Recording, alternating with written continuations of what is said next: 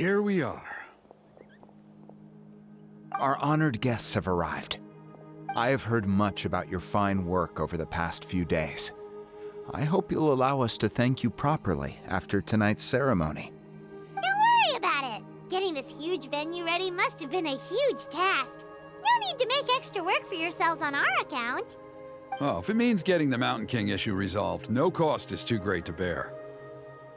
A resolution will come in due course, but every great fire starts as a tiny spark. We must take it one step at a time. No one would disagree with you if that were possible, Chief, but it's been far too long since we've seen a real step forward. Look around you. Can't you see how our numbers have dwindled since the last Turnfire night? The ceremony was arranged on short notice. Many are away from home and could not make it back in time. That may be so, but still. Good evening, Traveler in Paimon. Kanich! Not a moment too soon. Chief Wayna, Elder Trinidad, could you give us a minute? I'd like to give the Traveler a few pointers as the previous Flamebearer. Very well, but make it quick.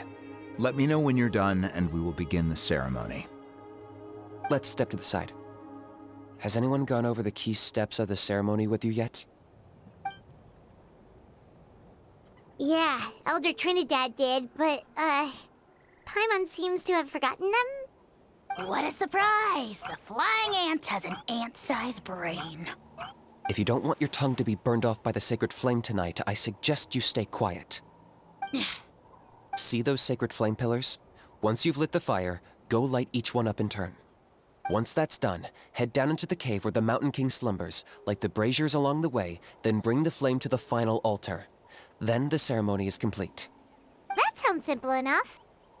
The process isn't complicated, but remember, you mustn't turn back at any point. If you miss a pillar, you can't light the next one, then come back to it. You have to keep moving forward, or it's seen as disrespecting our ancestors. If that happens, you won't receive the blessing of the Turnfire, and you'll have to start over. I made you a diagram that summarizes the steps. Take a look.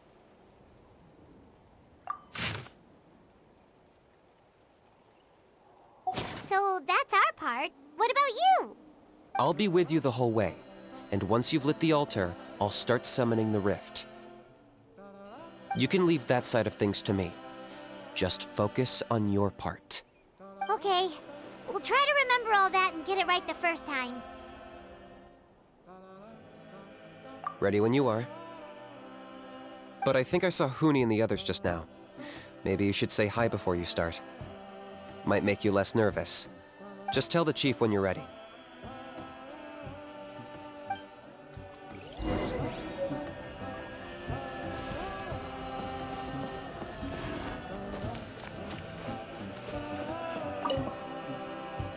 How are you doing? Is all in order? I'm counting on you. Don't forget what we talked about. By past fuel and present flame, life marches ever on. My brothers and sisters, the time has come to light the fire once again, and let the Turnfire night shine bright in Hoytzitlan.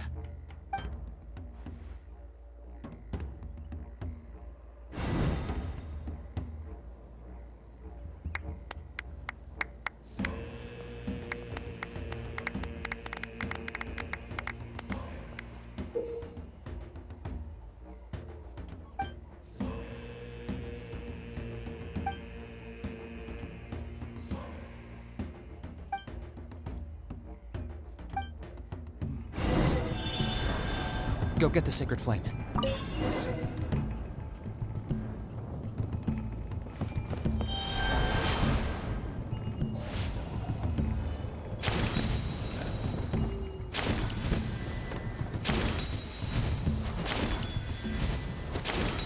Nicely done.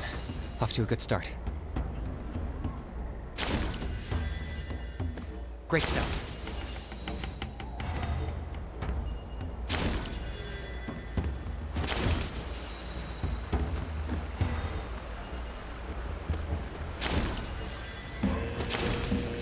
You're over halfway. Keep it up.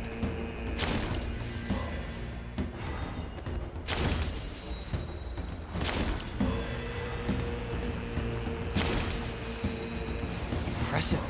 Just one more to go. Come on, one last push. The final sacred flame pillar is up ahead.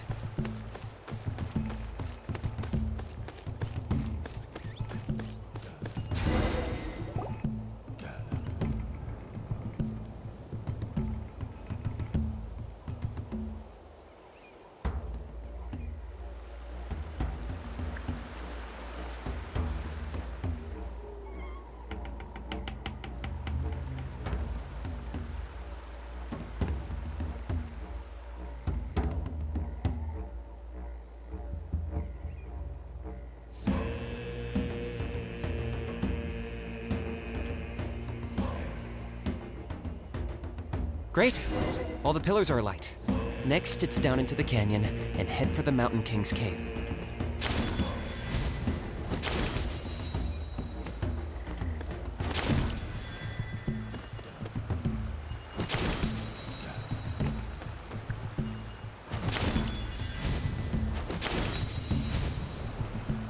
Almost there. The cave is just up ahead.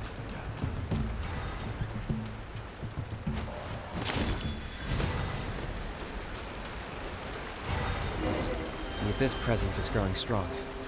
We should deal with the contamination first.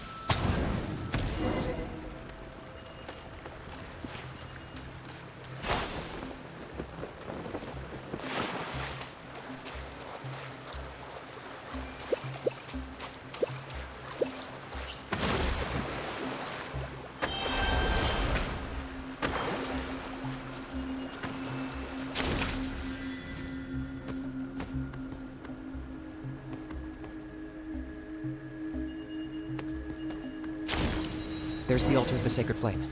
Remember, light up the torches around it first.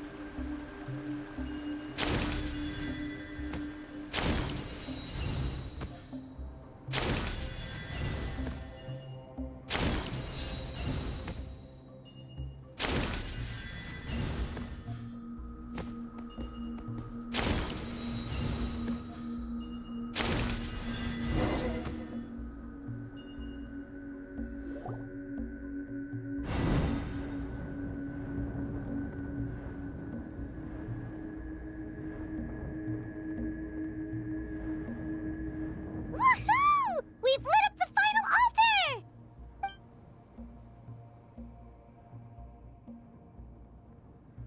That's the Mountain King up ahead, right? That's him.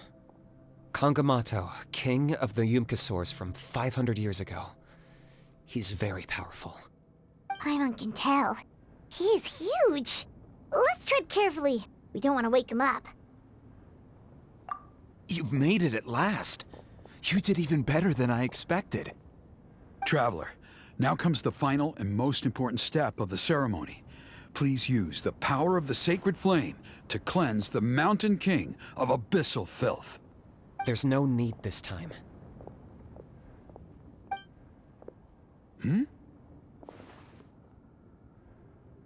Such strong abyssal power.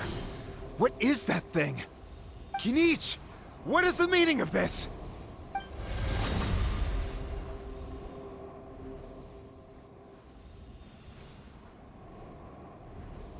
Is that a beastly rift? Chief Wyna, Elder Trinidad, this is about to get a little dangerous. You should step back. What do you think you're doing? Solving the Mountain King issue. You mean by having him torn to pieces by rift hounds? No, stop! We can't let that happen! Foolish Locust! Ugh, can't you see? We're trying to shove your Locust King into the beastly rift! But... I'm sorry, Chief Wyna and Elder Trinidad. This is the only way. Can you promise me that no harm will come to the Mountain King? I can't guarantee it, but I'm fairly confident. Traveler, this is not what we agreed on. You must cleanse the Mountain King of every last trace of abyssal contamination. Okay, I see what this is. You've been in cahoots this whole time!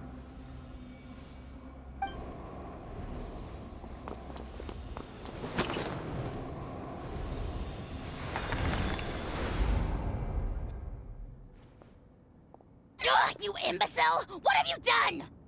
Oh no! The device is destroyed! You forced my hand. I had no choice. Elder Trinidad! What are you doing?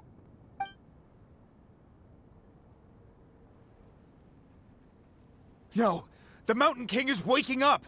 He will cause even more casualties! Everyone, out! Now!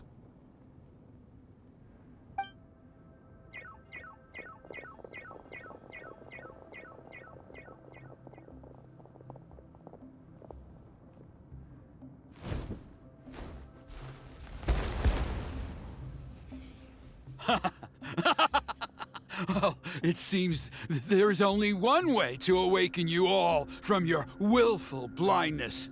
More sacrifices must be made.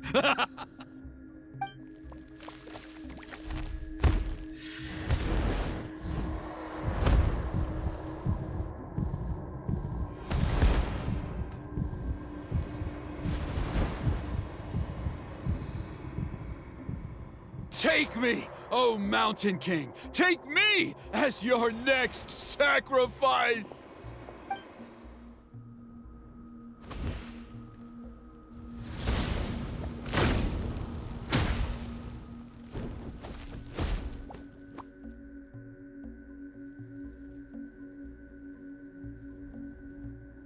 Everyone's still outside. We have to keep the Mountain King here. Give me a hand.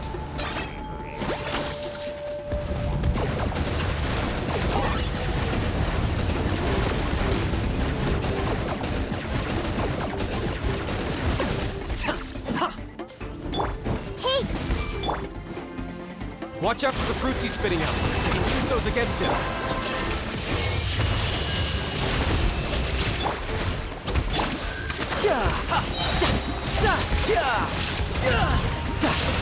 Brace yourself. This is gonna hurt.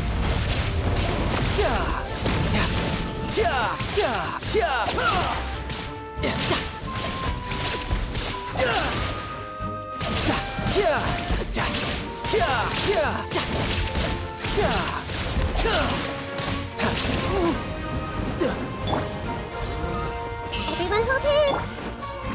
Allow me! Illusion shattered!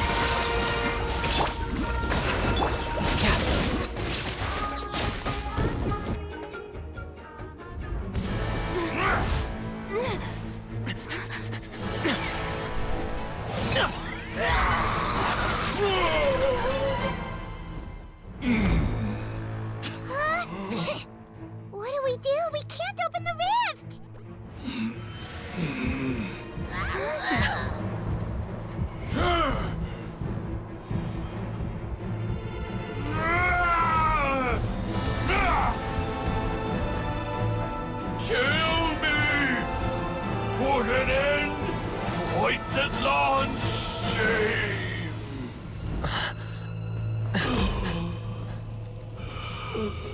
by past fuel and present flame, life marches ever on.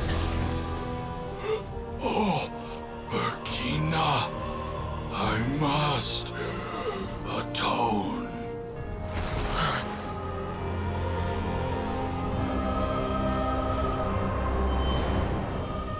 Patience. We will answer to the fire for all our deeds. Even if one day I fall behind, never look back. Keep moving forward, as we are now.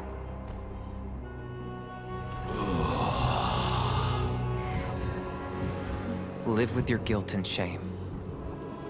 This is the price to pay.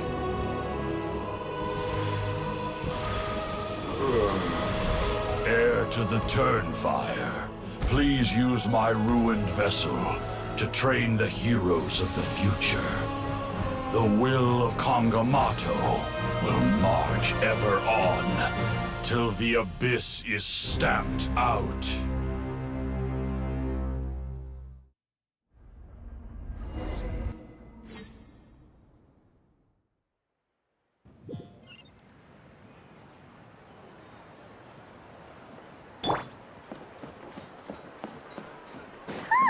Pretty eventful day yesterday, huh? Paimon wonders how things are doing now. Traveler, you've come at just the right time. I have some good news for you. Trinidad's condition is stabilized. He suffered burns on much of his body, but we believe he'll survive. Guess that's the best news we could hope for. Paimon has to ask, is everyone in your tribe such a risk-taker? First Kinich, then Elder Trinidad? Is this the scions of the Canopy's adventurous spirit in action? We're simply not afraid to charge ahead into the unknown. He's fine. Don't worry. He's gone to check on the Mountain King. Something most mysterious has happened. After the incident yesterday, a transparent shell has formed around the Mountain King's body. We don't understand the mechanism behind it, but the shell appears to insulate him against the influence of abyssal power. It is somewhat akin to a scab, in that it stops the abyssal energy within him from bleeding out, while also preventing further abyssal energy from seeping in and infecting him. We've never seen anything like it. The tribe's most senior elders believe it was caused when he was burned by the sacred flame, similar to the way burned wood becomes charcoal. I think their theory makes sense. After all, we've never thrown the Mountain King directly into the sacred flame before. Wow. So it's made a barrier against abyssal energy? That's a good thing, right? It's practically a miracle from what we've seen of it so far. It means that the Mountain King's level of abyssal energy is now stable. No longer will we need to perform an annual cleansing ceremony. Wow, that's amazing! I know what you're thinking. The young people in the tribe are already speculating that yesterday's ceremony was a Turnfire night like none other in our history. Because you and Kinich, you summoned the very flame that appears in our ancient legends. A great transparent ball of fire. And that fire is what saved the Mountain King. Whoa! So that was the real Turnfire? I may be the chief of this tribe, but I've only ever known the Turnfire as a concept in our legends. I cannot answer that question. If anyone can answer it, I suspect it would be the bearer of the Malipo name. He is in the Mountain King's cave as we speak. Ah, so Kinich then. Why don't we go see how he's doing?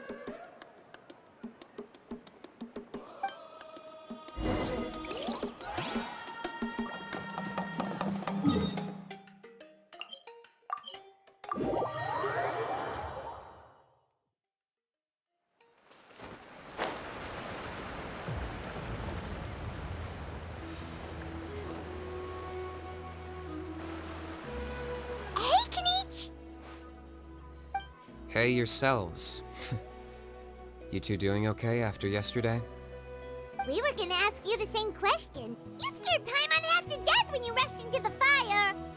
Sorry, I couldn't just stand and watch the Mountain King get burned alive. So you thought you'd try and extinguish the sacred flame with Dendro? Or is that an attempt to make the almighty Dragon Lord Kahula die of laughter? The Sacred Flame only possesses a fraction of the Pyro Archon's power. It's not as if I was fighting the Pyro Archon herself.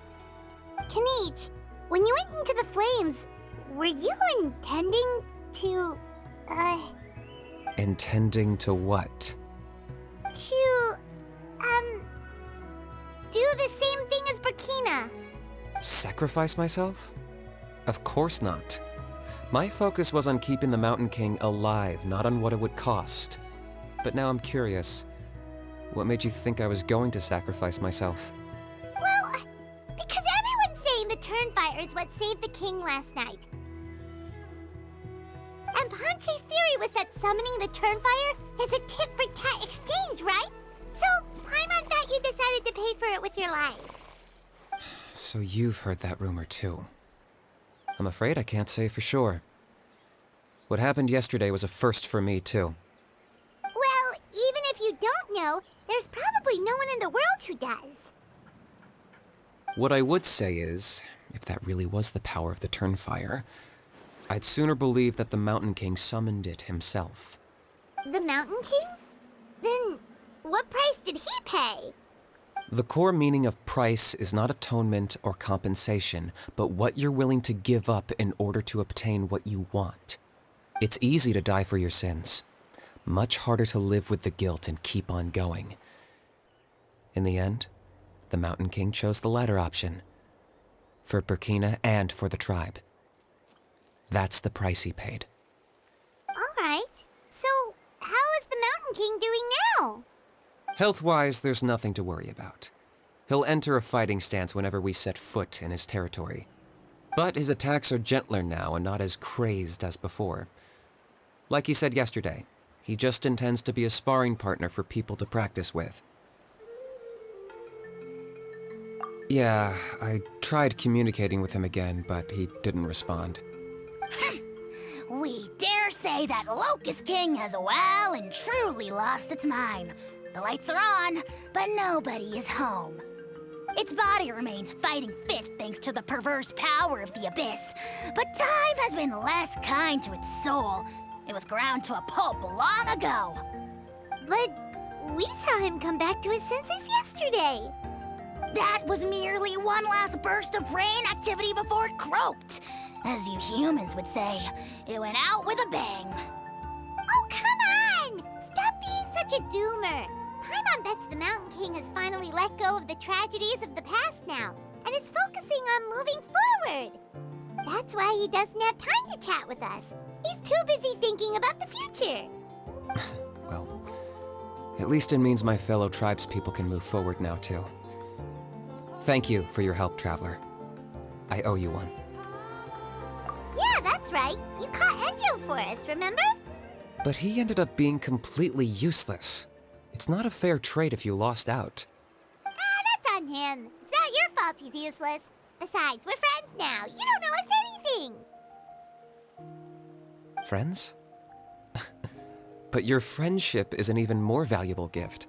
I can't in good conscience accept it for free. So promise me, if you need anything in the future, you'll come to me. For you, I'll do anything.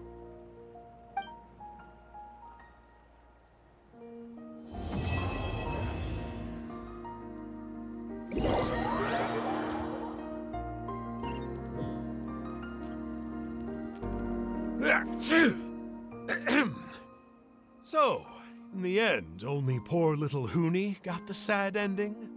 Yeah, everyone's happy except me. First Nana, then my dad. Why does everyone in my family have to suffer? Huni, it'll be okay. Your dad will get better soon. Toba, you're my friend, so I shouldn't say this to your face. But it was all the Mountain King's fault. Huh? Now hold your horses, kiddo. If you promise not to fight, Uncle Sanka will tell you a story. Okay, before you roll your eyes out of your skull, I promise you can trust me. I almost got my eyebrows burned off by the Turnfire after last time. That's why I came back, to make it up to you. All right, I'll just get to the point. Do you know what Uncle Sanka loves the most about your people? What? Your extreme sports. Huh? On my first day here, I got hit by someone falling out of the sky. I believe you call it bungee jumping? It's a dangerous sport, to be sure, but the courage it took to make the jump impressed the heck out of me. So, I introduced myself to the jumper, we made friends, and I even helped treat her wounds. Oh, such a nice friend. Of course. Anyway, the good times didn't last, because I got captured by a powerful foe, so we had to part ways for a while. In the hands of the enemy, I was scorned, scolded, and nearly given away as a gift. Oh, it was so humiliating. A horrible experience to look back on. Why does Uncle Sanka always have to suffer, I thought. So I feel your pain, Huni. I was in the same position. But in the end, I made it through, and I left all of those painful memories in the past. I even managed to reunite with my friend. Is that it? The moral of the story is to look forward in life, right? Yeah, we've heard that one millions of times. Sorry, Uncle Sanka, but you're not cut out to be a teacher. Very smart, Huni, but not quite smart enough. What I'm trying to tell you is that after I reunited with my friend, I found her injuries were all healed, but she really missed her family. So, I thought you might like to see her too. She's right behind you. Turn around and see. Another trick about not turning back? I'm not falling for that one again. Huh?